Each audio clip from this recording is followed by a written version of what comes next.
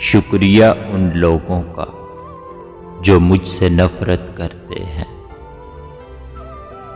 क्योंकि उन्होंने मुझे मजबूत बनाया। शुक्रिया उन लोगों का जो मुझसे प्यार करते हैं, क्योंकि उन्होंने मेरा हौसला बढ़ा दिया।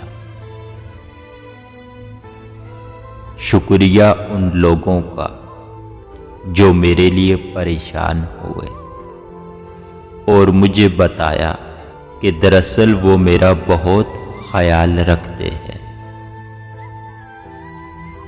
शुक्रिया उन लोगों का जिन्होंने मुझे अपना बनाकर छोड़ दिया और मुझे एहसास दिलाया कि दुनिया में हर चीज आखिरी नहीं होती।